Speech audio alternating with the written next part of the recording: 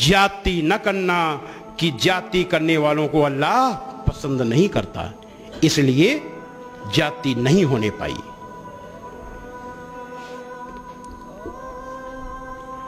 आप एक बहुत बहुत बड़ा वाकया है, ऐसा वाकया, ये सारे के सारे आदर्श केवल मुसलमानों के लिए नहीं, दुनिया के सारे इंसानों के लिए, हजरत मोहम्मद सल्लल्लाहु अलैहि वसल्लम के लिए रहमत ऐसी, दयालुता ऐसी कि एक बार एक गैर मुस्लिम आपके यहाँ आया, आपका मेहमान बना, पेट उसका खराब हो गया खाना खाने से, रात में उसने बिस्तर में पखाना कर दिया।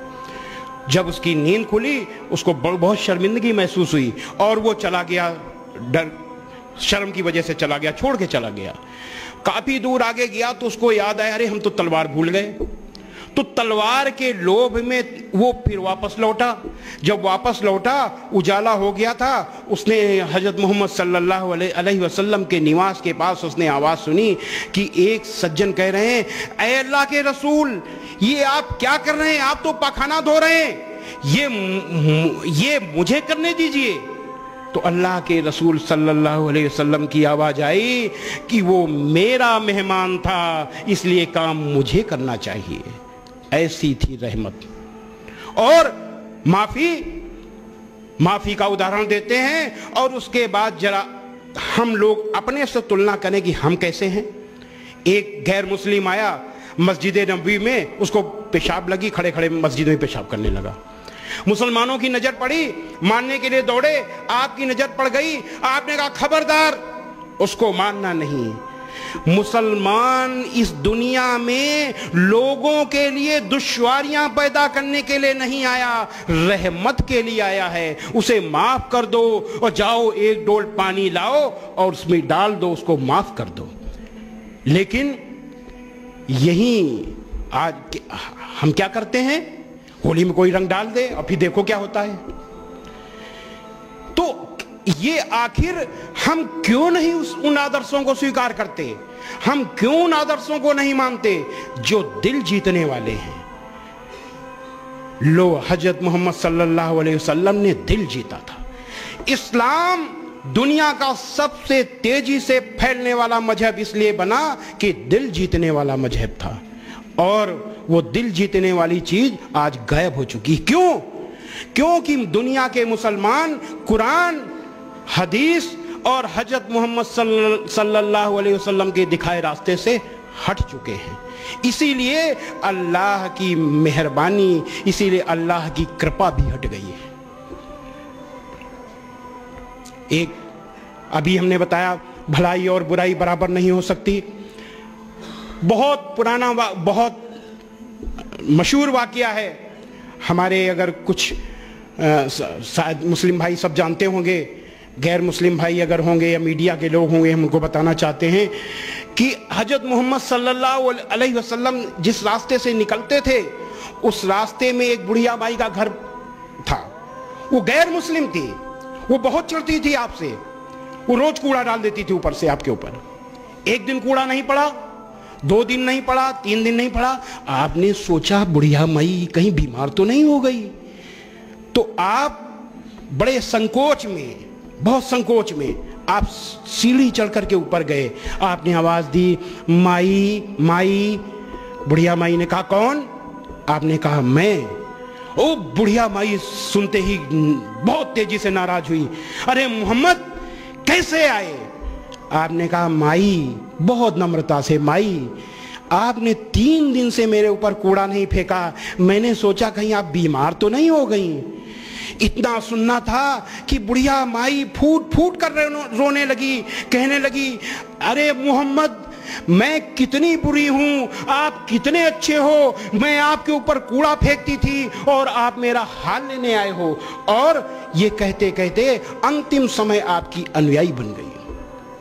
भलाई और बुराई बराबर नहीं हो सकती, तो लोगों की सख्त बातों का ऐसे तरीके से जवाब दो जो बहुत अच्छा हो। ऐसा करने से तुम देखोगे कि जिसमें और तुम में पहले दुश्मनी थी, अब वो तुम्हारा गहरा दोस्त है। हजरत मोहम्मद सल्लल्लाहु अलैहि वसल्लम ने ऐसे दोस्त बनाया।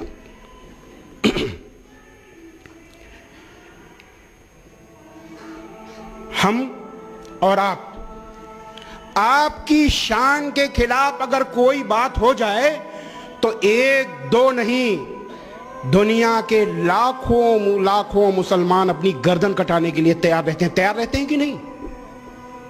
लेकिन आप अपनी जान देने के लिए तो तैयार हो, लेकिन आप उनके आदर्शों को मानने के लिए तैयार नहीं हो।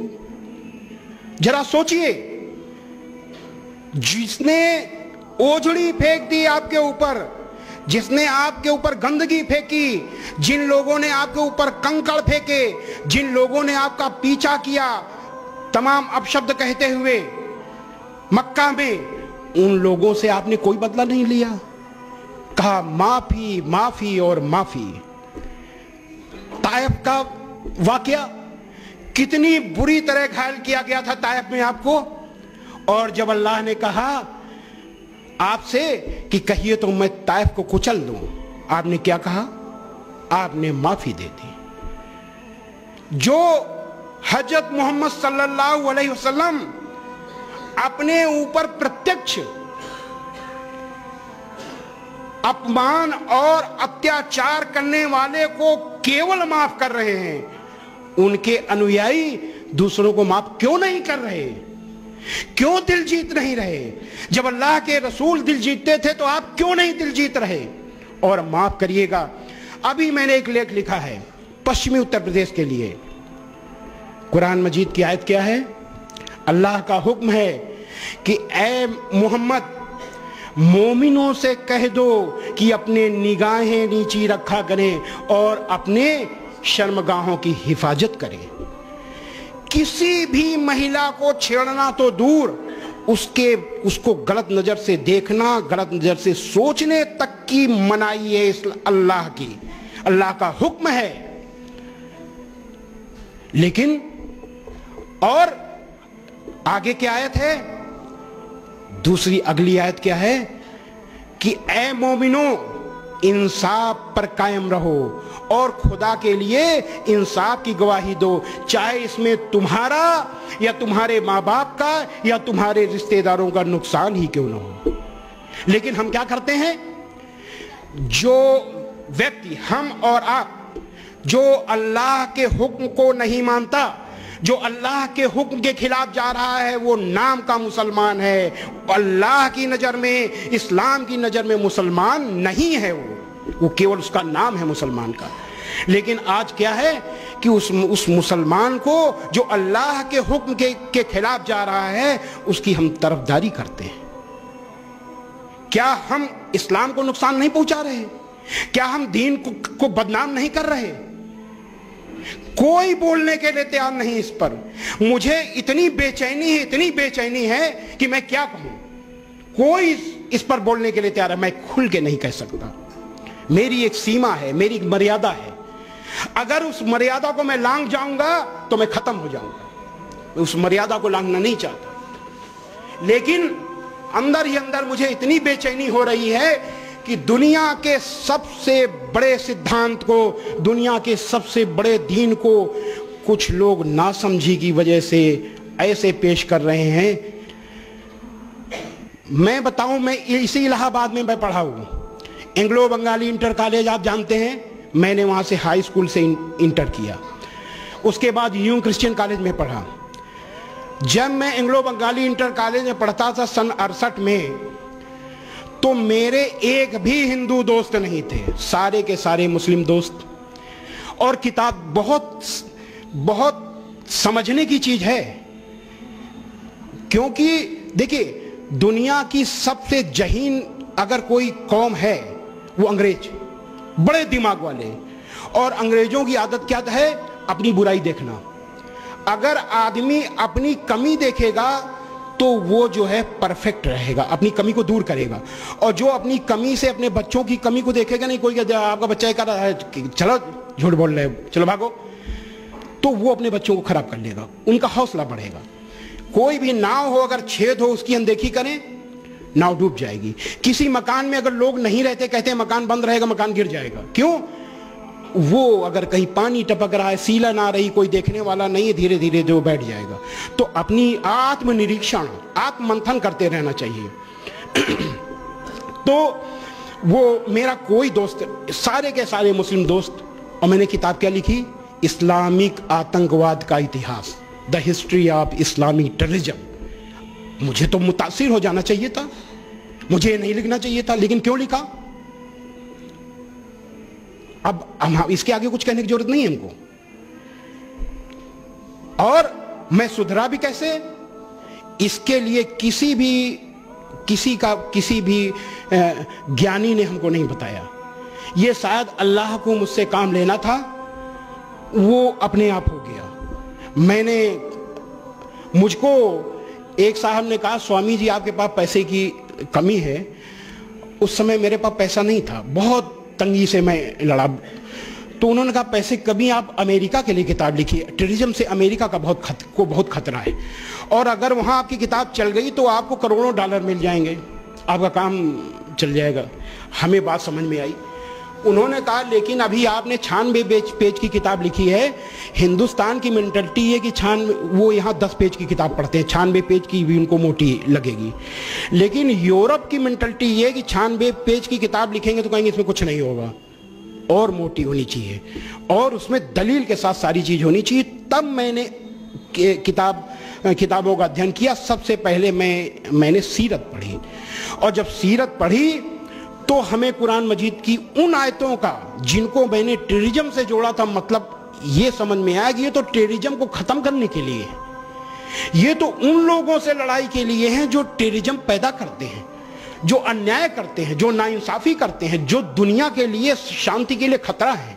और यही है श्रीमद् भगवत गीता। तो जब मुझे एहसास हुआ कि मैंने गलती कर दी, तो मैंने उस काम को बंद कर दिया। जब बंद कर दिया तब तक मुझे बहुत पैसा मिलने लगा था इस काम के लिए। मेरे पास नहीं आता था, मैंने नहीं लिया, लेकिन उस काम के लिए मेरे पास पैसे कमी नहीं थी। जब बंद कर दिया, लोगों ने कहा कि ऐसा है कि आप काम बंद कर देंगे, पैसा बंद हो जाएगा। हमने कहा, देखिए ऐसा है कि ना तो मैंने एक गज जमीन खरीदी, ना ही अपने खर्च के लिए। आपका आदमी आता है, जो हम कहते हैं, वो पर्चे छपवा देता है, वो काम कर देता है, पेट्रोल भरवा देता है, गाड़ी ले आता है, वो सब करता है। हमने अपने फायदे के लिए उसको लिया नहीं, तो मेरा इसमें नुकसान फायदा कोई नहीं। आप दो या न दो, जो हम अपने उसमें खर्च ही नहीं कर रहे। खैर, तो उसके बाद हमने, जब ये हमें महसूस हुआ, तो फिर आगे हमें किताब लिखने का कोई हमारा वो नहीं था। वो किताब में लिखा, बात डिटेल में हो जाएगी, ईश्वरी प्रेरणाई मैंने किताब लिखी। आज वो किताब हिंदी, उर्दू, अंग्रेजी, गुजराती, तमिल, तेलुगु, कन्नड़, मलयालम, बंगाली, असमी, मराठी, इतनी भाषाओं में छप रही है। 10 भाषाओं में वो किताब छप रही है। और वो किताब मैंने क्यों लिखी थी?